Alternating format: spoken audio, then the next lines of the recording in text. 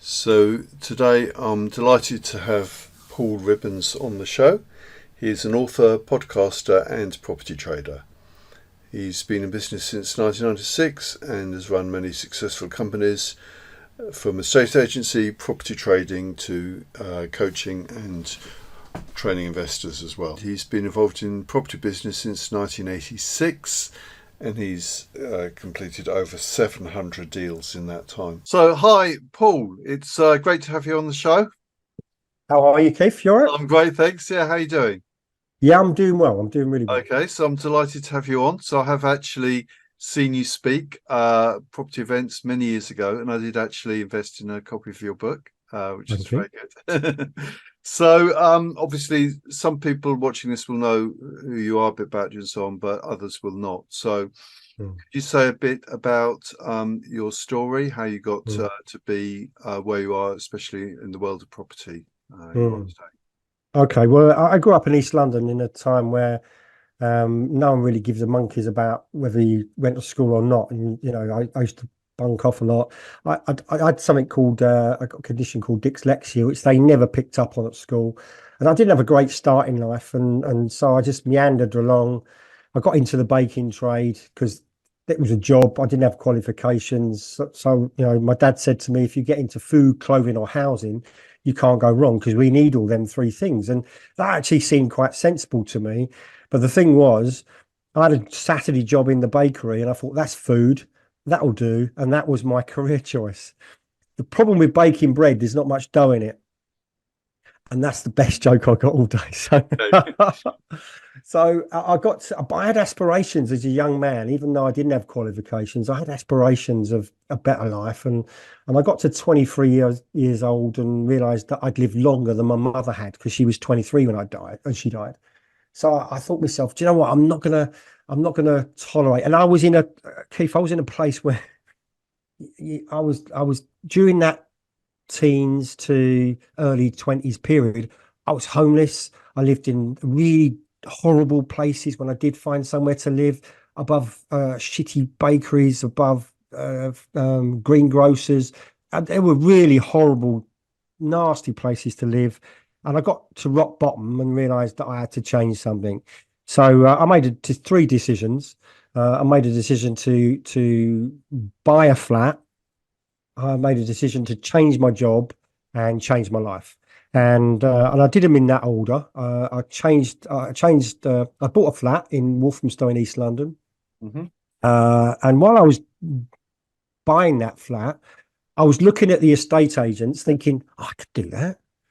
I'm a chirpy chappy, and I got a bit about me, and my role with them was to get a job in the estate agency. It took me a while to get a job in there, and I did eventually get that. Yeah. And the other was to change my life, because once I changed my job, everything changed. Everything changed. And I accelerated quite quickly in estate agents back in the 80s, sort of latter 80s, when we had that little boom time. You're probably old enough to remember it, when they abolished the double Morris back in 1988. Right, I was selling houses then. And then by 1989, it like someone had switched the light off and there was nothing going on. We think we've got it bad now. But if you remember, between 1990 and 1995, and this is a mad statistic, by the way, there was 350,000 repossessions in that period, right? I think there was 600 at the beginning of this quarter of this year. So it shows you in relation to then how bad it was. But I was a good agent. I got married, had kids, and then by 94, I think it was 94, 95, I went through quite an acrimonious divorce. Yeah. And I wanted the freedom to take my kids when I wanted them. And my boss had other ideas. So I thought, you know what? I'm going to chuck my job in. And at that time I bought another house, right? Because I needed somewhere to take my kids. And so I got another mortgage and then changed my job again. And this time I went self-employed as a property. I think you call them deal sources today. I call them property acquisition agent. Okay. And I had 4 clients. I was finding deals for 4 people. During that time, one of them said to me, look, you're good at this. Why don't you come work with me 50-50? So I said, great. I had no money. He had all the money. I had the experience of estate agency, and that's how I started. And the very first deal that I purchased, or one of the very first deals, was a house in Forest Gate in East London, and where that it was really bad. I mean, an average refurb at the time was costing 12 grand. Yeah. I'm looking at this one thinking might be 25 because it was that bad, right? The back addition was bowed. The front bay had dropped out. The floors were sloping 6 inches from one side to the other. There was a technical term. It was called fucked. Honestly, it was that bad, right? Yeah. And so we exchanged contracts on it because I had carte blanche over the money as well. £40,000 shows how long ago it was. £40,000 for a house, a freehold house in East London. Wow. And it was worth about 85, maybe 90 grand at the time, done up. And I got Bob the Builder around. Now, Bob the Builder, his name was Bob, right? He's popped round there to have a look, and he's gone, what's your budget? I went 25, maybe 30. He's gone, no, double it. I'm thinking, what, 50 grand? He went, no, 60. And now I'm quick at maths, right? 40 and 60 is 100, right? Yeah. And it's 85 to 90 plus our costs. And so we're going to have a sort of 15, 20 grand loss before we even start. Yeah. I've got to go to my new business partner and say, oh, I think I've cocked up a little bit here. And he went, oh, don't worry about it. Don't worry about it. He said, we'll just dump it. So I'm thinking dump it means get our money back, you know. He said, no, we'll dump it. He said, I'll put it in the auction at 20 grand. I mean, what do you mean 20 grand? We've paid 40. He said, do you want to do £20,000 now or in a year's time? It's up to you. Yeah. And he said, 50-50 means 50-50, profit or loss. So I'm thinking that's 10 grand each. You know, I'm going to lose 10 grand on my very first deal. And anyway, so it goes to auction. And it went to Clark Hilliers in Walthamstow, East London. And it started the bidding, and the bidding was really slow. And the guy's going, look, I can't believe this. £20,000 for a house in Forest Gate. This is ridiculous. And he was about to throw the hammer down, and all his hands went up, and he went 22, 25, 27, 20, 30, 32, 35. And it was going up and up and up and up and up and up. And it carried on going and carried on going. And it got to £52,750. I mean, it's funny. I found it the other day on EI Group. It's on their auction site. And there it was, 52,750. And I thought, what the hell had just gone on? And when we analysed it, you had a cheap guide price, and you had a house that looked really bad. Yes. Them two things together in an auction creates a lot of interest, and people have the fear of missing out. And I think the key for me was when the auctioneer went, I'm selling this. I can't believe this is 20 grand. I'm selling this. It looked so ridiculously cheap that people didn't want to miss out. So they started bidding and they got them back in, because some people do sit on their hands thinking if it doesn't sell, we'll try and nick it afterwards. But once the auctioneer says it's selling, room changes completely. And I noticed something that day. That day was probably one of the biggest eye openers I've had in my life. And that was, this has got absolutely nothing to do with property, but everything to do with psychology and people. Right. And so I started to study psychology and understand it. But that day, the strategy was born in our heads, and everything went for auction. So I've been doing that ever since. So what do you think? So you bought it for 40, you put it on for 20, and it sold for 52,750. What do you think objectively was the value of that property? I would say what I paid for it at 40. Yeah, because it'd been on the market at an estate at that price. No one else bought it. Because I think our works probably were a lot higher than, say, someone else doing it themselves. There was enough people around who could probably do it at weekends, or they weren't proper developers. So you usually find that that's a mum and pop type developer could do it the weekends, evenings, and their costs are going to be a lot less than ours would be. So I thought it was probably I thought we should have got our money back.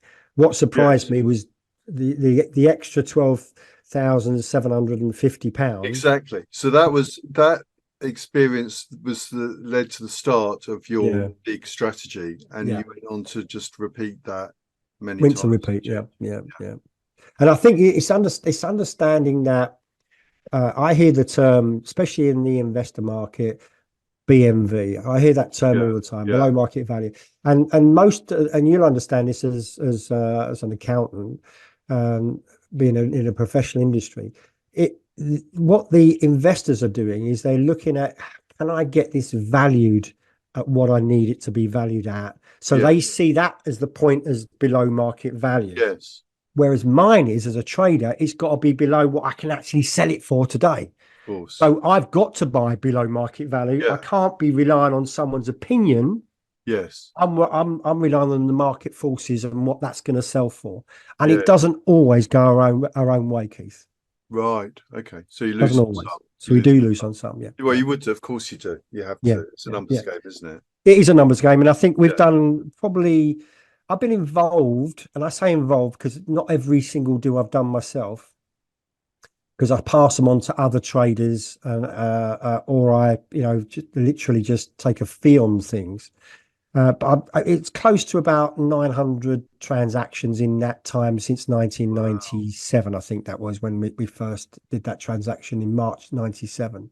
So I've Yes, been, I've got a lot of experience in dealing with what would be the industry's below market value, and I can assess something's value very, very quickly, only because of experience. and by value it means what you can actually sell it for at auction. Exactly. Yeah, Yeah, the real true value. Yeah. Yeah. yes. And I think, do you have like a strategy of making them less attractive by Yes, sort of? I've done that before. It's Yeah, not been so much in the last 10 years because I think with modern technologies yeah, caught up as well. But if we had something that looked too nice, we would have boarded it up, or yeah, we used to call it the enhancement program. Literally board it up, because if it if you've got to understand again the psychology behind it. If someone's yeah, looking at an auction catalog, because the auction catalogs are different today, they're yeah, online, right? In the old yeah, days, you used to get a nice glossy catalog, you used to flick through it, and so you had to get someone's attention. Whereas online, it's a bit different. It's yeah, people are looking at probably the price more than the actual unit. yeah, But in the catalog days, we would have literally boarded something up to yeah, make it look worse, just to get the attention. Because if you driving past a house or you see a yes. house that's boarded up, what do you think? It's a bargain. It's a bargain straight away. Yeah, It's going to be cheap. I'm going to be able to nick yeah, this because it's just, you don't look at a lovely looking house and think I'm going to make ah, money out of that. So sure, yeah, that's half the problem, you see. yeah, yeah. Okay. And you still do you, so apart from not doing the enhancement program so much anymore, Hmm. you still use exact the same strategy. Exactly the same strategy. It's not changed. The data points have changed because again of technology and the pandemic years. So when we went through lockdowns, we had auctioneers go online. So we used to have only the catalog, how many catalogs they sent out, how many people viewed it, and how many downloads on legal packs to go by. Yeah, Today, there might be a video on YouTube where you can look and see how many people have viewed that yes, YouTube video. The If you register to bid today, if you're registered on an online auction, it shows up saying there's so many registered bidders. So whereas if you go to a normal auction, you can register to bid, but you don't register to buy a one particular unit. You're just registering generally. yes. So you can find more information out today Okay. than you could back then. So there's different data points. So that has changed slightly, but the actual simplicity of the strategy is the same. We just bought one, literally just exchanging it today, in a little bit further outside where I normally go in Stoke-on-Trent way, Okay. and that needs clearance because if it looks too untidy inside and it's a bit of a challenging layout, you want to make it as easy as possible for people to move around it. So clearance is important in the inside. Whereas years ago we'd have just left it. We wouldn't have bothered us. But we these are the sort of things we would change. Or if it's got an unusual layout, we might do a little technical drawing to go in with the catalog, because obviously it's online. They just literally upload it, so you can show someone what you could do with it and to enhance its value. Okay, so that's part of what you do, is it? You do like a video like that. Yeah. Okay. And so you're looking for properties that need doing up. Yeah. And as basically the worse the property, the better, is it, from your point of view? Yeah, I think this I get offered a lot of stuff, right? And Yeah. most of the stuff I get offered is too nice for us. Yeah. And there is a reason for that. And if you can have two houses, and we always look at this when we buy something. In the back of my mind is, if it doesn't sell, what do we do with it? And excuse me, I didn't realize that was on. Sorry. If it goes wrong and we have to keep it, what's our exit strategy?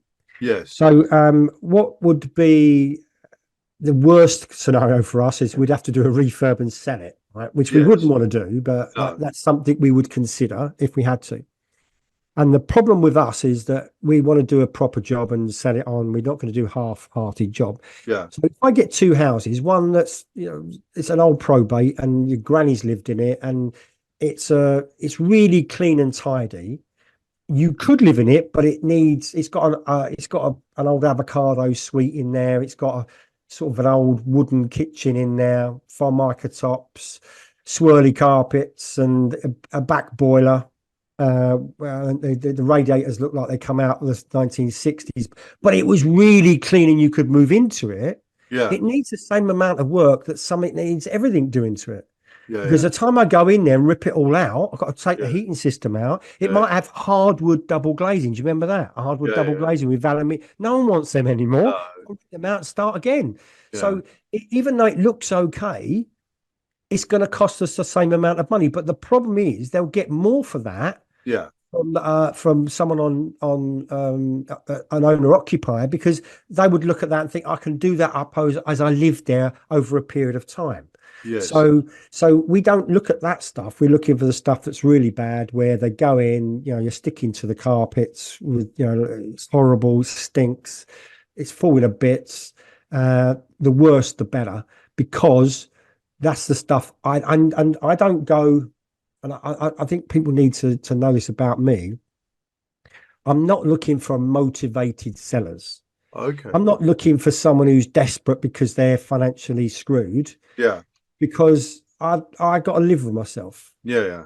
I'd rather buy an old banger that's been neglected and someone hasn't given a shit about it. Well, I'm offering you less because you can't give a shit about your house, right? Yeah. That's a different kettle of fish to someone who's losing their house because they're financially screwed.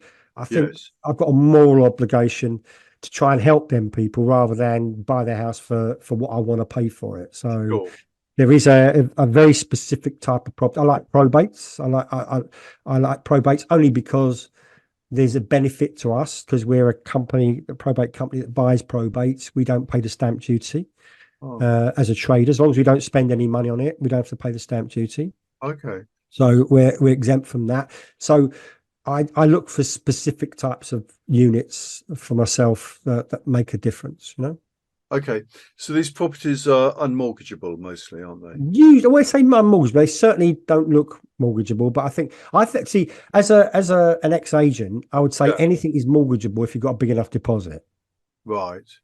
It's very rare that if you've got a big enough deposit that they won't lend on it. They might hold a retention of some kind. They might cause a bit of a problem. But if you're borrowing a high loan to value, then I think it sometimes becomes unmortgageable. But I'm not competing with mortgage buyers 9 times out of 10. Yes. So you either need to buy it outright with cash, or you would need a higher deposit. So in other words, most of the stuff I would be able to obtain bridging if I was buying something with bridging finance. Anything I buy would be bridgeable. Yeah. So, but again, you need a decent deposit for bridging. I think we can borrow up to 75%, maybe 80%, but bridging's expensive, as you know. very good flexible for for that short term, because if you don't do a term bridge and it's Yes. only on a monthly, I mean we might only have the money out for 2 months, Yeah. so it can be quite cost effective in the very short term, but if it goes wrong, it could be very expensive. Yes. So you would need bridging either on the property you're buying or Mm. or other property you happen to own, and obviously you need some other cash as well. Which, Mm. if you're just Yeah, starting out, you didn't have any cash, you need an yeah. investor to team up Well, with. yeah, they do what I did, just Yeah, team up with someone who's got the cash and who's prepared to, and that was the difference. I didn't know just have one person trying to get me to work solely with them. I had quite a few because I was good at what I did. yeah, yeah, I understood this is all about people, and so my relationship with agents was really good. So I'd get the deals, and I was very good at spotting the opportunity, because I think it is the circumstances that reveal the opportunity to me, because when you get that circumstances are right, you might have a bit of leverage because the property's structural issue. They might have a problem with it, so you've got leverage. And then the third thing is the timing's right. Then that's what I was good at finding. I always look at it. This industry for me is like going crabbing. I yeah. used to go down the seaside looking for crabs. They didn't come out and go, "Hey, I'm a crab, come and get me." Right? They used to hide, didn't they? That's They'd bury themselves in the sand, or if it's down the quayside, they'd cling to the seaweed and hide amongst the seaweed. They don't come out, and you have to coax them out, So that's a bit like deals for me. You have to coax them out. yes. So All right. So, and you buy mostly from estate agents, don't you? yeah, 80%, I'd say more than that, actually, probably 85% of the stock we buy direct from agents. Yeah. Very few that we buy direct to vendor nowadays. The problem is finding them direct to vendor is Yeah. very expensive. We spent £120,000 on Google ads. Okay. 120 grand. The competition is fierce. And then you look at it and you think, well, is it worth the aggravation sometimes, to depending on what your return is. If you're Yeah. making £500,000, it's a different kettle of fish, but they were few and far between. So I tended to find we've done leaflets before, Yeah. done all sorts of advertising, but the majority of deals that we've had have come from agents. So that's where I spend most of my time. Okay. I actually bought this house where I live. I bought this direct to vendor from an Yeah, agent. yeah, yeah, Yeah, I yeah, was quite lucky. yeah. Yeah. So, and obviously the estate agents, you work with a few, and they know what you want and they look out for them.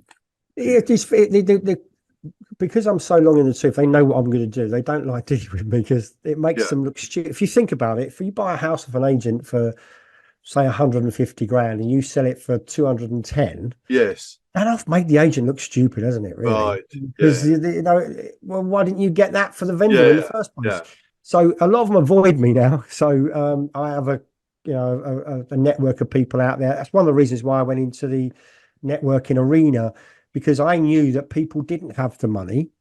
And if they didn't have the money, then I would teach them what to do, and they'd bring the deals to me, and I'd buy it off them, and give them a cut of the profit. So Okay. we realized that we use a network of people out there to try and find us deals. Okay.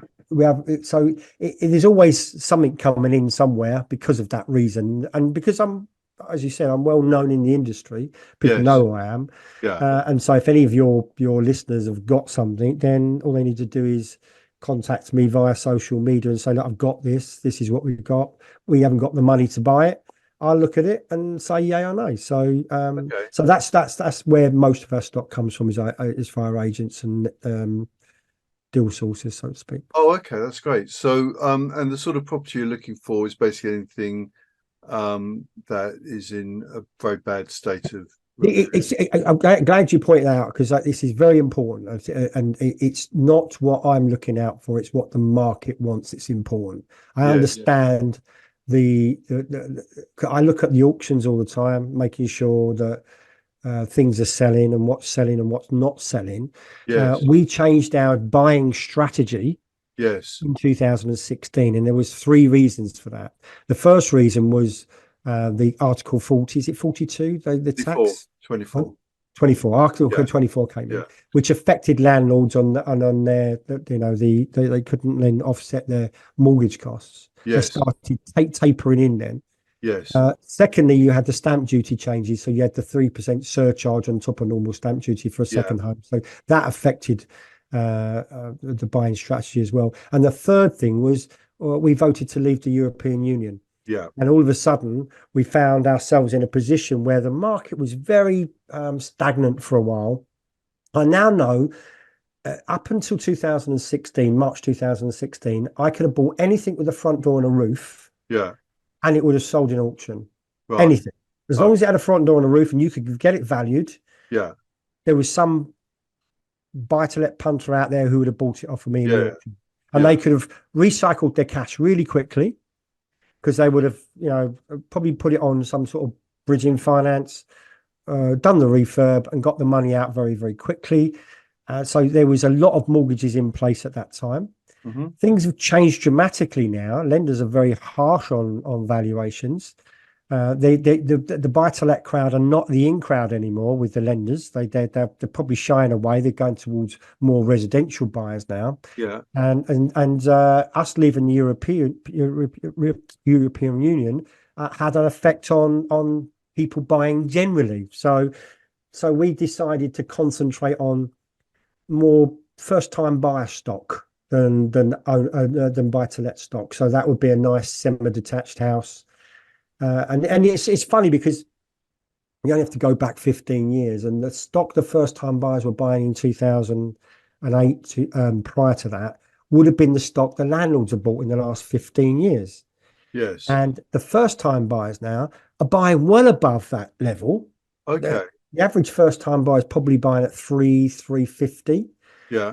That sort of level, Yeah. not at the 250 level, whereas where your average buy-to-let punter would probably buy at or lower.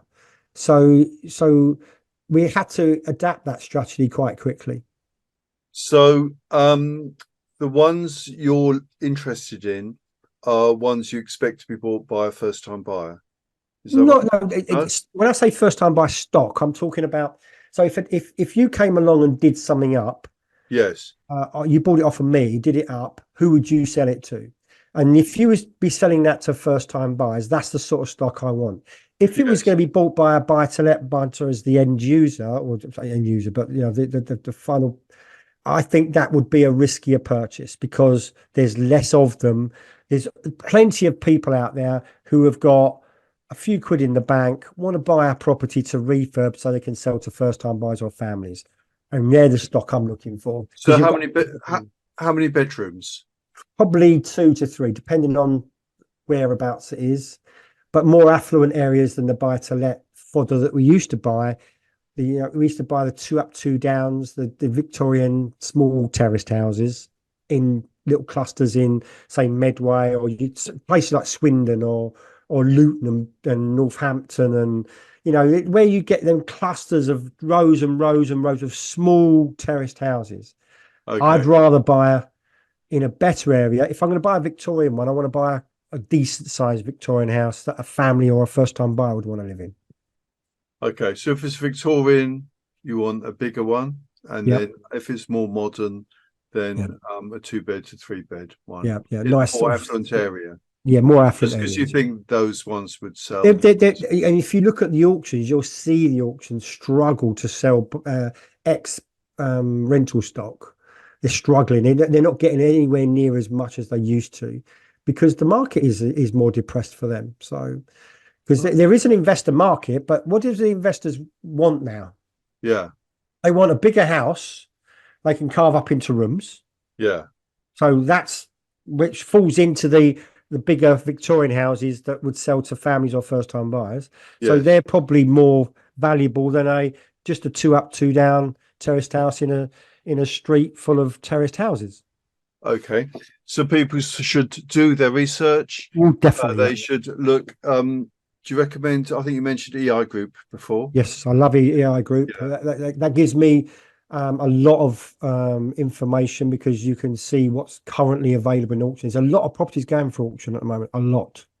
Yes. So that's like a membership site which has a big database of what's selling at auction, also historic. Every single auctioneer is on that Yeah, site, exactly. and David's very proud of it. David Sandeman, he knows Yeah.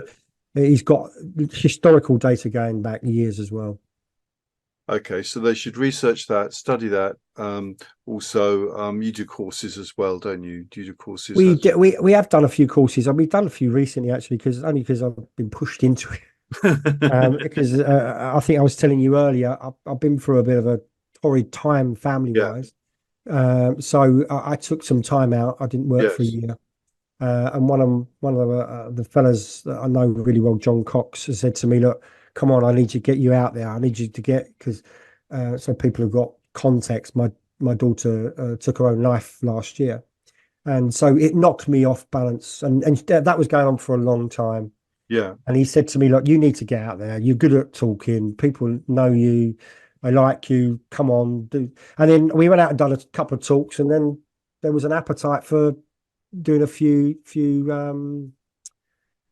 courses. I've done two. Will I do any more? I don't know. I'm not sure, but maybe we might do. But But you haven't thought about doing like an online course? it's funny you say that. The last one we've just done, we've recorded to put it Okay. online Yeah, for that reason. will be if they Yeah. which website should people go to Find it, fund it, flip it. fund it, find it, Find it, find it, oh, fund it, find it first. Yeah, find it, fund it, find it, fund it. I wrote this flip it. down. I'll put Yeah. it in the notes. Thank Flipping you, thank you. dot Yeah. com. .com. Yeah, So if you go to that at some point in the future, they'll be able to any yeah. either in-person courses do in the future, or there'll be like an online Yeah, course that's it. they Yeah. can purchase, and also they can contact you there, can they, if they do have a deal? If they have got a deal, then probably the best place is Paul@paulribbons.com. Just send me an email and say, look, I've got something, and I'll have a look at it. Paul at paulribbons.com. .com. Yeah. Yeah. And what information should they send you? They need to send me the postcode. Yeah. Right.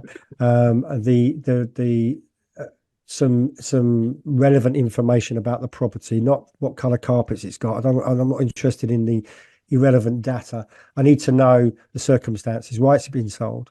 I need to know if there's any leverage, i.e., if there's anything seriously wrong with it. So it's structural.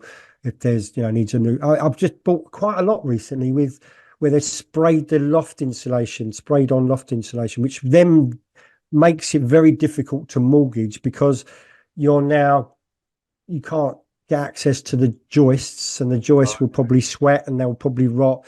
So the roof has to come off. So things like that, major damp issues, stuff something's hasn't got planning permission, perhaps two flats hasn't got planning, anything with leverage. And then, and if it's just come on, do I need to move quickly? If it's been on for a long time, the timing is there, and a right move link if they've got it. So, and is it an advantage if you've got those structural issues? Is that good thing? Oh, to me it is. I mean, I get really excited, Keith, when I see a crack. Yeah. As soon as I see a crack, I mean, honestly, people don't realise how excited I get. As soon as I see a crack, I think we've got a problem. So depends how big the crack is.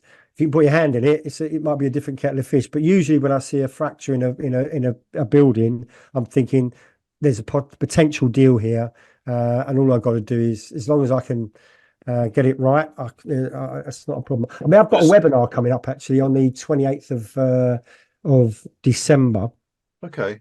I don't know if this is going to go out beforehand. Yeah, it will. Yeah. And that's about negotiation and how to negotiate something, because I think the psychology of understanding negotiation is vital to any property investor, developer, trader. Doesn't matter what you do, your ability to find deals is the key to all your strategies. If you can't find deals, it doesn't matter how good you are as strategy wise. You've got to be able to put them up the front end. Otherwise, you're not going to. I always used to say with when I had the estate agency, I bought my own estate agency in 2000, and I said we're only good as the stock we've got. If we haven't got any stock, you can't be a good agent, can you? So it's the same with the property investor. You're only good as the deal that you can negotiate. Okay. But if they bring the deal to you, Mm. with who would do the negotiation? They would do it, or Oh no, it depends. I yeah, mean, some people want to do the negotiating themselves. I've got a young girl I'm working with at the moment who wants to jump in there with both feet. I want to negotiate. Good, good. I'll show you what to do, how to do yes, it. yeah, In fact, I remember seeing her on one property, and I said, "Look, just don't say nothing." And as I went round, agents aren't supposed to tell you what offers they've got, are they? no, They're not supposed to tell you. no, no, And I just turned around and said to her, I'd love to buy this. Really would love to buy it. So she's getting all excited yeah, because I understand psychology, you see. So yes, he's getting excited. And I said, but I'm so far away on the price. It's ridiculous. I'm really a long way. And she said, well, where are you going to be? I said, well, it's going to begin with the three. So it takes it down to the next bracket. Well, the three is a big gap, right? It's yes, 301 or is it 399, sure, And she said, well, they're not going to take any silly offers because we've had X, X, and Y. right, okay, She gave me all the information, yeah, right? yeah, yeah. I had this young girl standing there with her mouth open. She said, how did you get that? I said, well, because I didn't say what offers have you got. No, I just said, yeah, I'm going to be a yeah, long way from the yeah, price. yeah, I just framed it in the right way. So I teach people to negotiate because it's important. It is important. yes, yeah, okay, that's great. And do you of? I mean, I think you said the people when you started, you did 50-50. Hmm. Do you have like a set thing you do with people, or does it depend on Yeah, the yeah. deal? We don't pay 50-50. No, I'm not going to commit to it on no, it here. It depends on the depends on deal. the Yeah, deal itself. yeah, Some of them are riskier than others. The bigger the problem, the riskier it is for us. So we will look at each one on its merits. So. and also, I mean, if you make a loss on it, also, who do you Hmm. share the loss, Well, or we don't normally make people share the loss. If they'll no? get a higher percentage if they want to share the loss. Yeah, yeah, But I yeah, think that freaks most people out. of course. Yeah, I Because I mean, do get, well, I do get people coming to me saying, like, I want to get started in property. I don't have any cash, but this Hmm. could be a good way to start if they are Oh good yeah, at yeah. I mean, finding it's it. how I Yeah, started. So yeah, if I can start like that, they can. sure. So, Yeah, and I think it's a good point we're making here because I think people's expectations. If I found the deal on 50% or yeah, 50% of the loss, then that's right. so if you manage that expectation, I Yes, would have. I think my average fee when I first started doing it before I got the 50-50 was 1,500 quid. And yeah, then when we was doing it, I was probably earning 3 grand per yeah. transaction because Okay. our average fee, I think we somewhere between 6 and 7.5 grand we used to make on each property. Well, when you're Yes, only spending 40 grand, yes. 7.5, 7 grand is not too bad, Yeah, yeah, percentage wise, yeah. but when you're getting up to 350 grand, if you Hmm. seven, it's not a Yeah, great return. It's too risky at 7 grand. But so today it's a lot higher. that's great. And I think you mentioned also that you're finding a lot of what stops people is to do with psychology. Yeah, I think it's something I've been working on for some time, and I noticed it when I was training years ago. And you see people come in this industry and they just really take to it like a duck to water, like I Yeah, did. yeah, And they really do really, really, really well. And then the majority, 95%, don't. Right? They barely make any impact whatsoever. And within 4 or 5 years, they're jaded. They're nowhere near where they want to be.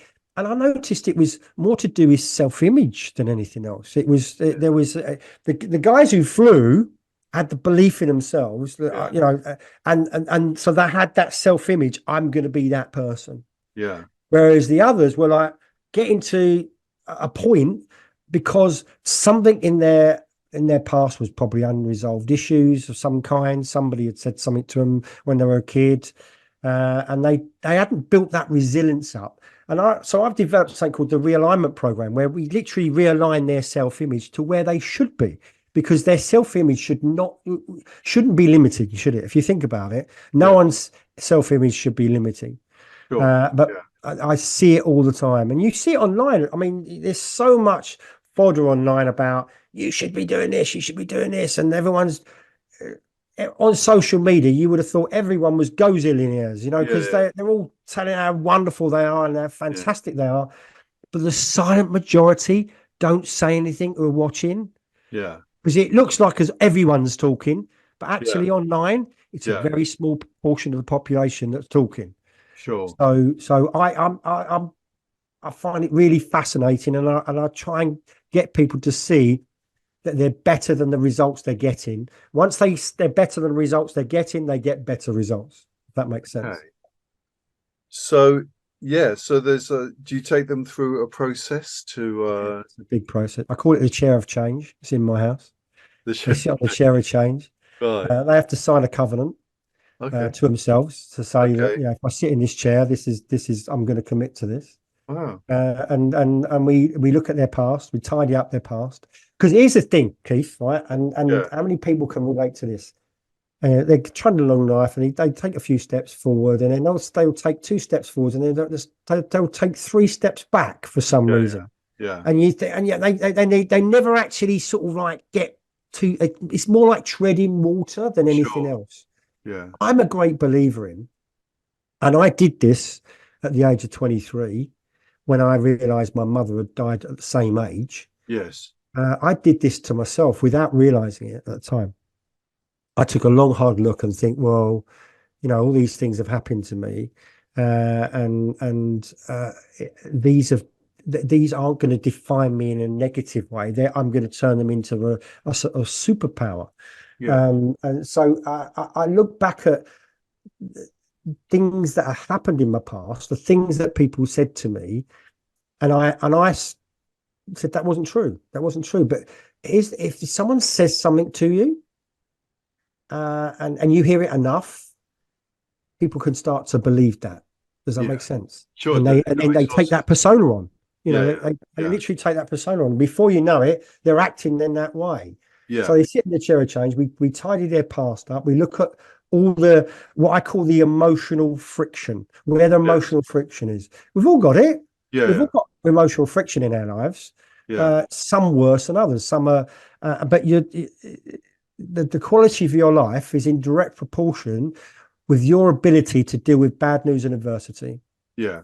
And because I had some really shitty bad news right at the beginning of my life, I Yes. was prepared. So if we look forward to my daughter, up until that happened, nothing could be as bad as losing your mum when you're 3. That's Sure. what I used to. That's how I presented it in my head. Yes. Yeah. All your kids go, one of your kids go, because that again is something you don't expect to happen, Yes. and that rocked me to the core. Yeah. But lucky enough, I'd had that experience in the past of losing someone so close. Yes. This time I was an adult rather than a child, Yeah. and so I resolved my issues as I Yeah. went along, and other people don't, and that's what I find holds most people back is their unresolved issues. So we deal with them.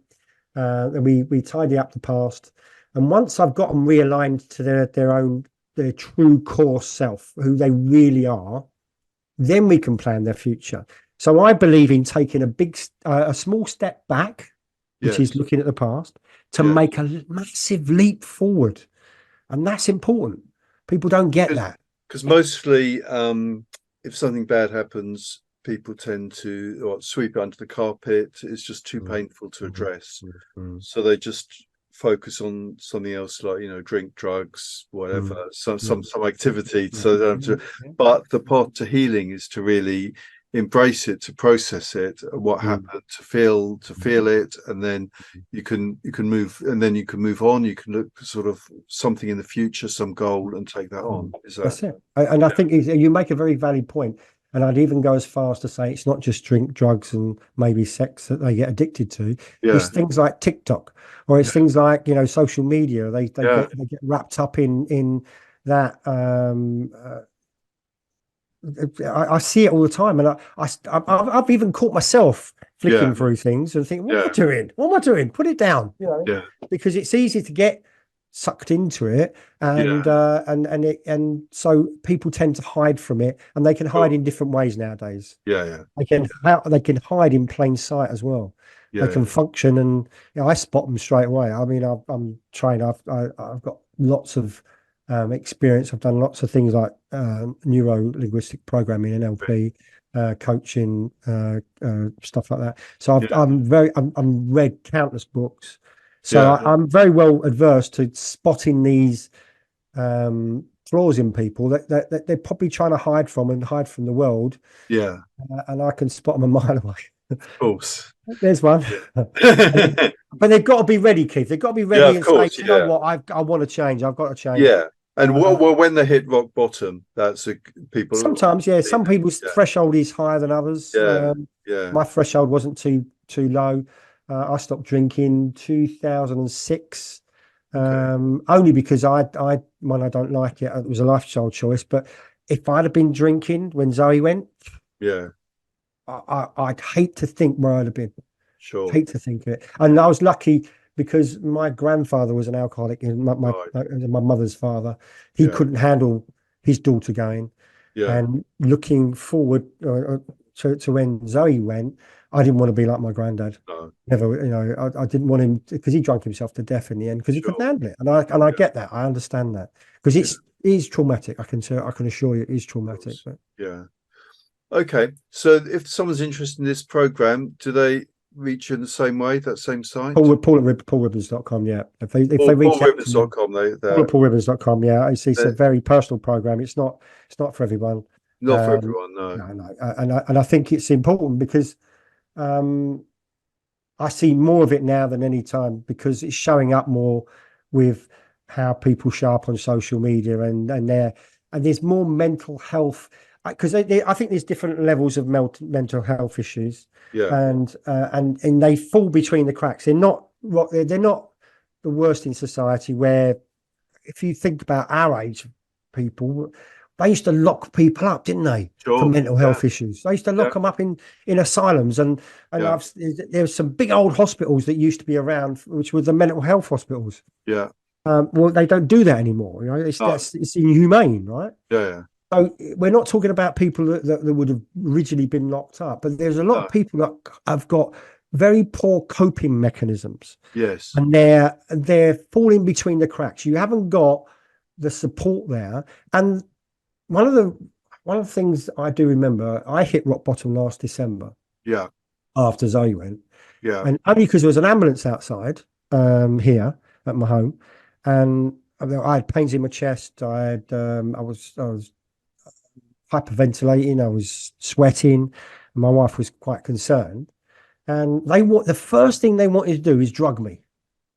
You Right. should be taking this drug, and Yeah. antidepressant. I'm Sure. why are you going down that route? I know I've just lost my daughter, but there's Yeah. drugs the answer.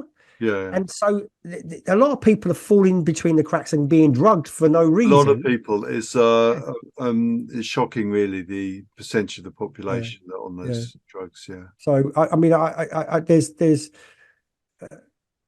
different levels, and I think say coping mechanisms is what I'm good at, showing people how to have coping mechanisms to deal with just the Yes. everyday crap that comes up. Because one thing I can guarantee you, life is not always fair.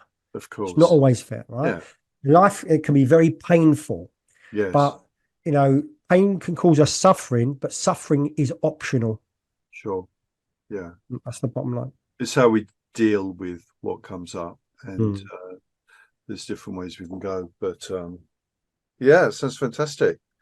So yes, we mentioned two things. Yeah, the sort of making money either on our own by putting stuff in auction, as you said, or working with an investor such as yourself or someone else, and then also this sort of path towards I suppose psychological health or improved self-image, or I look at it this way, Keith. The way I don't, you've got two choices, right? Yeah. You can either let life happen to you, Yeah. or you can make it happen for you.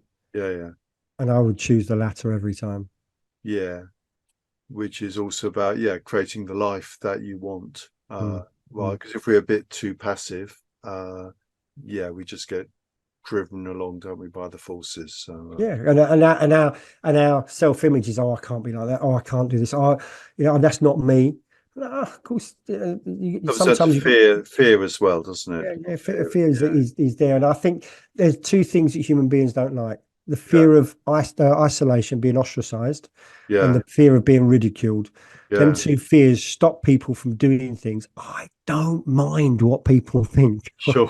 If they think I'm an idiot, they think I'm an idiot. That's their business, not mine, Well, right? there's always going to be, yeah. I mean, some people think you're the best thing since sliced bread. Yeah, There's always yeah. going to be other people who think we're idiots. So, That's it. So of everyone's got a right to their opinion, course, yeah. and it's no point me sitting there going, "Oh, I'm worried about what they're going to do." I'd never do anything. I'd be Exactly. like, Yeah, and that's what most people are like, aren't they? They're yeah, too scared to put their head up above the parapet. mm. Okay, so I think that's about it. Is there anything else you want to say? Or No, I think it's we've said enough, and yeah, it's been fantastic having you on the show. Anyway, thank you. so Yeah, I mean, I've revealed a bit more than I expected, but okay, yeah, there you have it. But I think sometimes people aren't aware of the journey I've been on, and they yeah, see this persona, sure, and what I'm basically saying now is that actually there's a lot more gone behind the scenes that people realize than they realize, yeah, and every single adverse thing that's ever happened to me yeah, has helped me. And as I said yeah, earlier, the strongest force with so the quality of life is in direct proportion with your ability to deal with bad news and adversity. And I've and had a lot of adversity in my life, a yeah, lot. and I So think as Friedrich Nietzsche once said, "What doesn't kill you makes you stronger." exactly, yeah, Okay. yeah, I like that. Okay, Oh, thank it's you very much for fantastic. listening. It's Cheers. okay.